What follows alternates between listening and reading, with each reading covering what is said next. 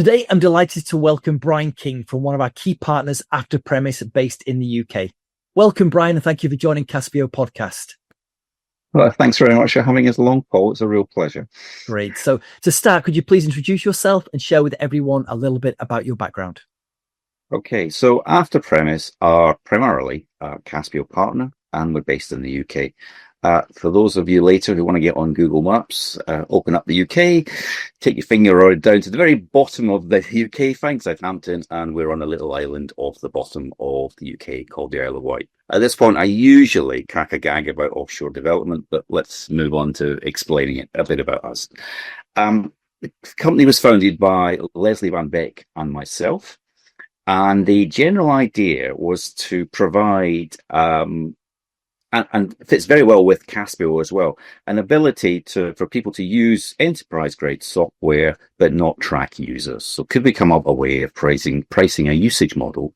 And we've come up with a product called AP Docs, which is a document control module that fits into that model. Now, AP Docs is quite a complex enterprise-grade document control module, but it has no workflow. So we look for people like Caspio, products like Caspio, where we can build forms, workflow, and ideas about how to manage documents, and then store the documents using AP Docs in a nice, secure environment. So we basically take files off of the platform, store them on S3 or AWS or Wasabi, things like that.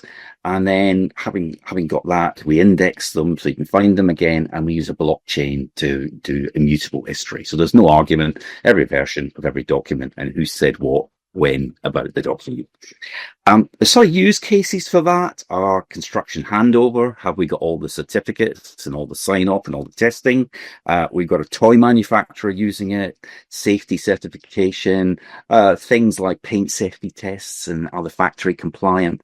And we've got other people using it for mobile assets. You know, are they certified? Are they compliant? Is it correctly calibrated?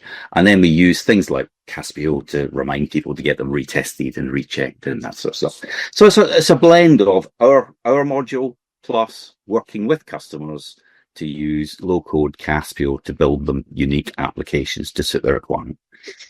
So, Brian, what's your background? What's your history?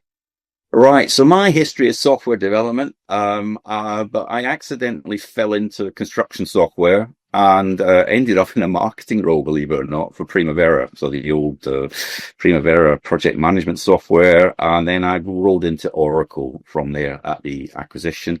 Latterly at Oracle, I ran something called a solution set, which is basically picking and mixing Oracle products, putting them together into a cohesive offering that we could then take to construction marketplace.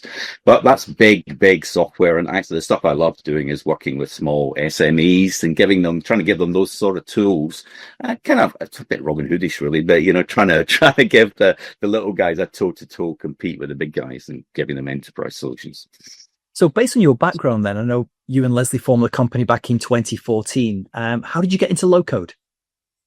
Well, low code is sort of, to get into low code, $1 million question.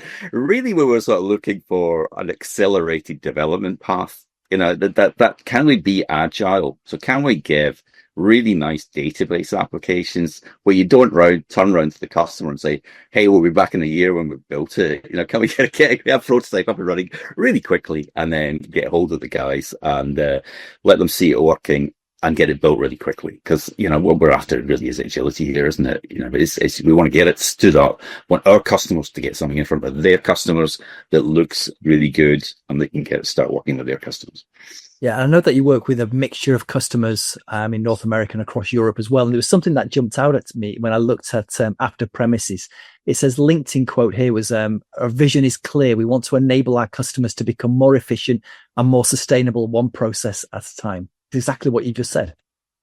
Yeah, exactly. Hey, we're obviously on mission statement in our way. So yeah, exactly. I like it. Can you just pick a process, make it better, and do it quickly and efficiently? The other nice thing about low code, which sounds a bit slightly iffy, but really you haven't invested that much in building the product. You can afford to throw bits of it away. And if you've gone for a big multi-million-dollar enterprise implementation, you're sort of stuck with it, aren't you? You can be much more agile with it. Yeah, I think what's become really interesting, we've at this stage, we've recorded over 50 customer and partner podcasts. And I think what's really jumped out, we've just recently posted a 10 lessons learned from customers that we've spoken to. And a lot of them have had no technical background. They're in a very different area of the business. So they've found Caspio and low code, and they've built, or they've helped solve their pain point that they had, because it is really simple for people to use it with no technical background. Where the beauty of working with someone like an AfterPremise is, if they're looking for really something very complex, something very creative, that's the beauty of working with a partner like AfterPremise. Yeah, and the nice thing about their low code usage is, as you say, a non-expert can get a prototype down. They can actually explain to you in code what the flow is and what they want to see where and when, which does make your life a bit easier. It helps you, definitely helps you get to a requirement spec much quicker. Yeah. And obviously today we're going to be talking about one of our mutual customers, Double Take. Can you tell everybody a little bit about what does Double Take do? Yeah, sure. So Double Take. So having said I've come from a construction background, here I am talking to a digital agency. So first things first, we can't claim to be great marketeers. They found us through your partner directory. So they just rang us up and said, hey, we've been looking at Caspio. We've been looking at a number of other things as well. Can you help? So we just had a chat with them over Zoom.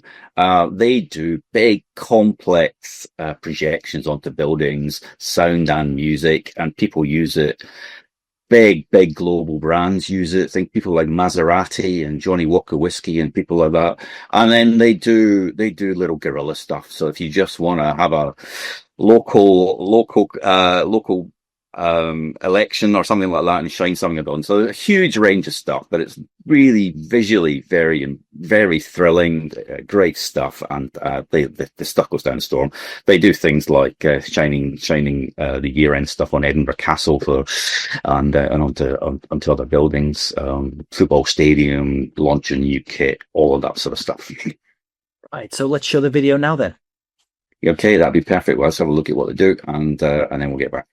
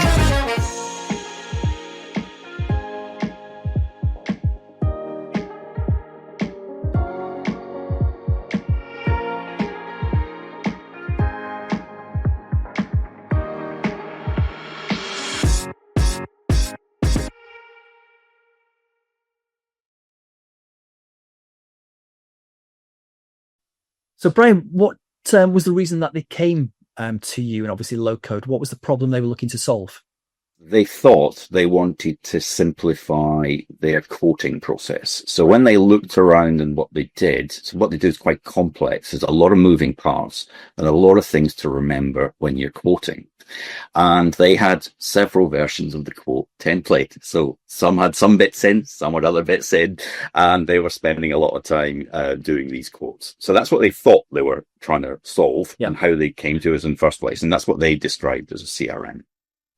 When they actually looked at what they were doing and had some workshops with them, we actually said, well, actually, there's a whole load of other things you do in that big sales funnel before you even get to a quote. You're spending an awful lot of time sending out mini proposals, portfolios of what you do, frequently asked questions, all the other stuff that you have to do to engage with a customer before you even get close to getting to a quote. So actually, it was a CRM system. It was a proper CRM system.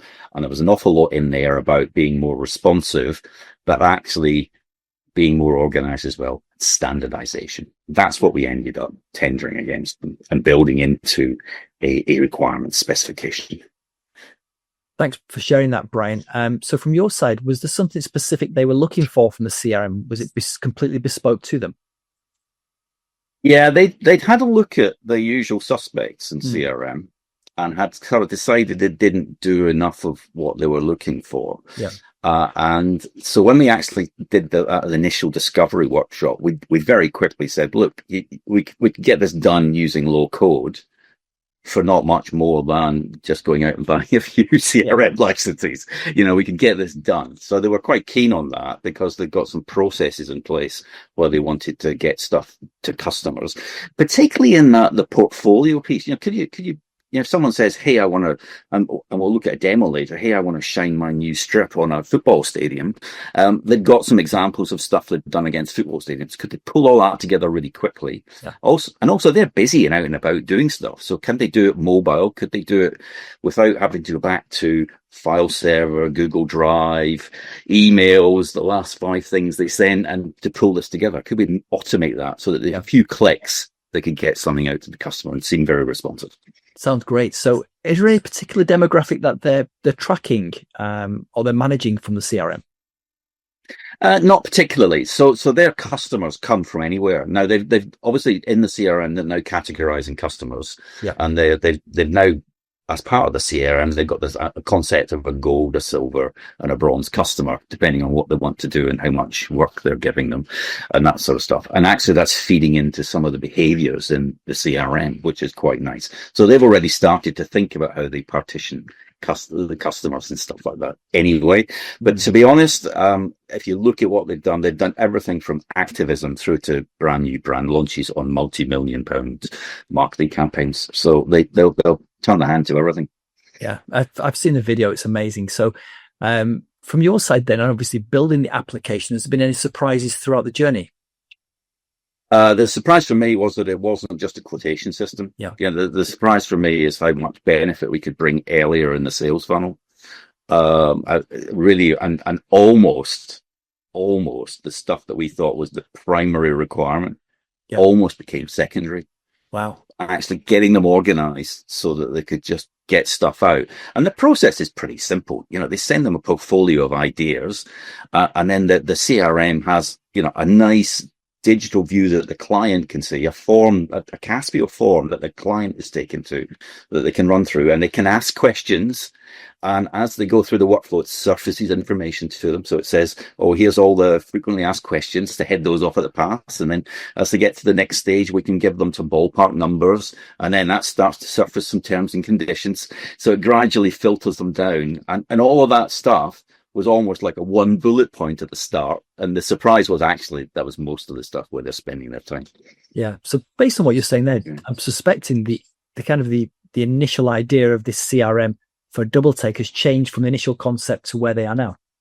Yeah, of course it has. Of course it has, because the process of doing the prototype makes them sit and think. They've actually, the workshops were brilliant. They're great fun anyway. But we were sitting and thinking and just building it in Caspio, just moving forms around and adding fields. And yeah, it was a bit noddy, and it sort of, it just didn't do anything other than go from one screen to another. But they very quickly got the feel for what they were doing and could contribute. It wasn't like we wrote a list of things down on a PowerPoint, went away and came back and went, ta-ra! Yeah. And they say, no, that's not quite it. We were working with them all the time to try and deliver this. Yeah. Well, let's give everybody a glimpse into the application you've built now, Brian. Okay, that's lovely. I'll take a look and I'll talk you through it. Well, first things first, we use Caspio directories to give us a single sign-on. We give our users a little additional app, and they can plug their own developments in to give a sort of single place to manage user access across lots of different apps, which is nice and simple for them. As I log in here, we get presented by a very, very simple menu. First things first, resources, big lists of useful things that have been pulled off of file servers and standardized. A board-based status view of where an inquiry is, and the easiest way to do this is to take a first inquiry, start that inquiry, and see how we get on. We can see very quickly, we can just get some details when they want to do it, brief description of what they're doing, and kind of categorize the customers. The guys have got a different way of doing certain things. So for this one, it's going to be a sort of out the back of a van projection on the side of a stadium. They call that guerrilla, quick marketing type things, and it drops it onto the board of a new inquiry. You just allow an inline edit on the list to change and work through the workflow stages. So just moving it on to the next stage. Again, it's multi-entrant. Disappears from that board. And if we go into the portfolio board, there it is. At this stage of the workflow, what we want to do is answer that query, which is, so what can you do? So we're looking for examples of similar types of engagement that we've done for other customers, and we want to quickly get that back in front of the customer. We don't want them to have to wait for a big proposal to come. Let's get engaged, and then as the workflow goes through, start refining their requirements so that we can get to a ballpark figure. And if they're happy with the ballpark figure, then work up a bit more detail for a price against a much more structured set of requirements, all of which has been recorded in the history as we go through this as question answer type mechanism, which both parties can see. So here's our sort of 3 football stadiums that we've thrown some marketing stuff up onto, and that all looks pretty good. We're happy with that. So one of the things we might want to do is, what does that look like when it gets sent to the customer? So it's not going to turn this into a PDF. It's going to send them a link back to the system where they can see it. So this is the customer view of it. Just make sure we've got everything.